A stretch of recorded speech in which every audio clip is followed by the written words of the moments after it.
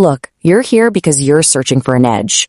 You know there are unwritten rules to how the world works, and you want to understand them. So today, we are pulling back the curtain on the raw, unfiltered blueprint of power. What we're about to cover? Well, it's not about being nice. It's about being effective. Ever ask yourself that? I mean, really think about it. You see it everywhere. In the office, in your social life, in every single industry. Some people just seem to glide through life with a different set of instructions, right? They're shaping reality, while everyone else is just reacting to it. So, what on earth do they know that you don't?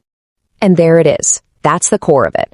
All the things you were told growing up, that hard work is always enough, that things are always fair, that good things come to those who wait. It's a lie. It's not the game that's actually being played. The people who are really winning, they're playing by a completely different rulebook. And once you see it, you can never, ever unsee it. So, the very first step is to just accept a fundamental truth. The game is rigged. It's not rigged against you personally, but it's definitely rigged in favor of those who actually understand how it's played. Think about it. On one side, you've got the script we're all handed. Be a good person, be open, trust blindly, wait your turn. But on the other side, you have reality. Power isn't about being open. It's about controlling how you're perceived. It's not about waiting patiently. It's about mastering timing. And it's sure not just about hard work.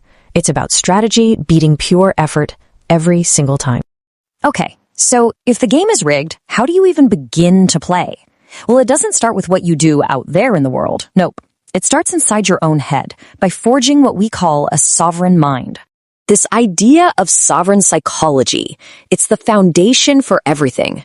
See, most people are basically colonies of their own emotions. Their internal state is completely dictated by what other people think.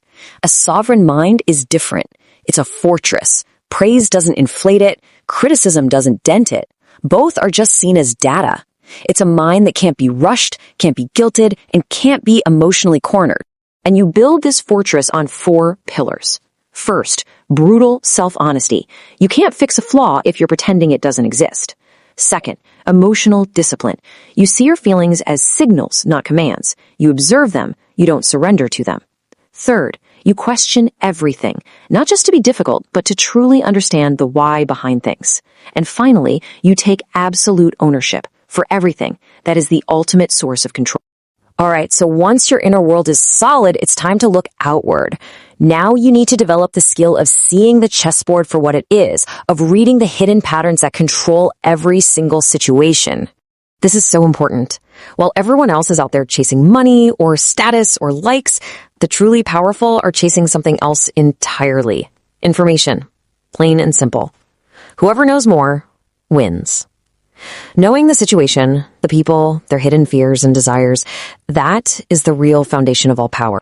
And your number one tool for gathering this information is something called pragmatic empathy. Now, let's be clear. This has nothing to do with feeling sorry for someone. It's about reading them like a map. It's the ability to see the why behind what they do, to understand their internal world so you can predict their next move. This isn't softness. It's a precision instrument. So, how do you do it?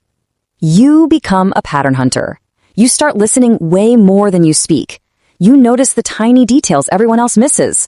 That casual comment someone dropped last week? Yeah, that wasn't random. That little tick they have when they're nervous? That's a piece of the puzzle. You start connecting the dots that other people don't even see are there. So you've got the mindset, you can see the patterns, now you need the tools to actually make a move. This is your strategic toolkit, the actual tactics you use when you're on the chessboard.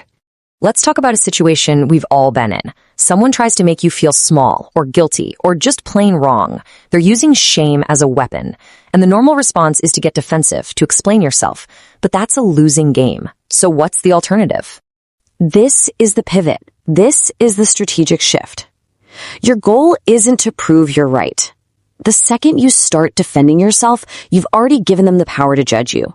The real goal is to completely delete their confidence, to make them feel foolish for even trying to attack you in the first place. And here's how you do it. It's called the void stare. When they attack, you say nothing. You just hold direct, unwavering, completely expressionless eye contact for about 4 seconds.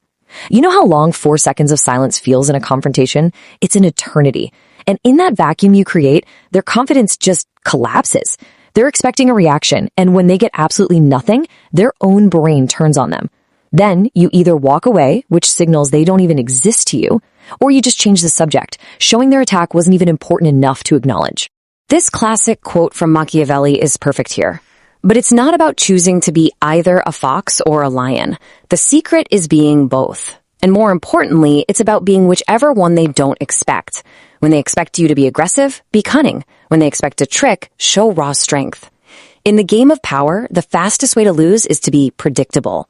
Predictability is death. So you take all these pieces, the mindset, the perception, the tactics, and they all come together to forge something new, an untouchable identity. This isn't about memorizing moves anymore. This is about becoming a different kind of player altogether. And the formula is surprisingly simple. First, high competence. You have to be genuinely good at what you do. Your results become your argument. They speak for themselves. Second, you cultivate zero empathy for your critics. Now, this doesn't mean you're a heartless person. It means you are ruthlessly selective about whose opinions you actually let inside your head. You just stop caring about the judgment of people who haven't built what you're trying to build. This is the code you start to live by. Your competence is your shield. Your actions are your only true voice.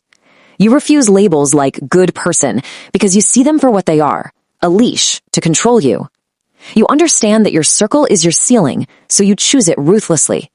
And you learn that your presence is a premium. You master strategic absence. You're an event, not a routine. So in the end, it all comes down to this.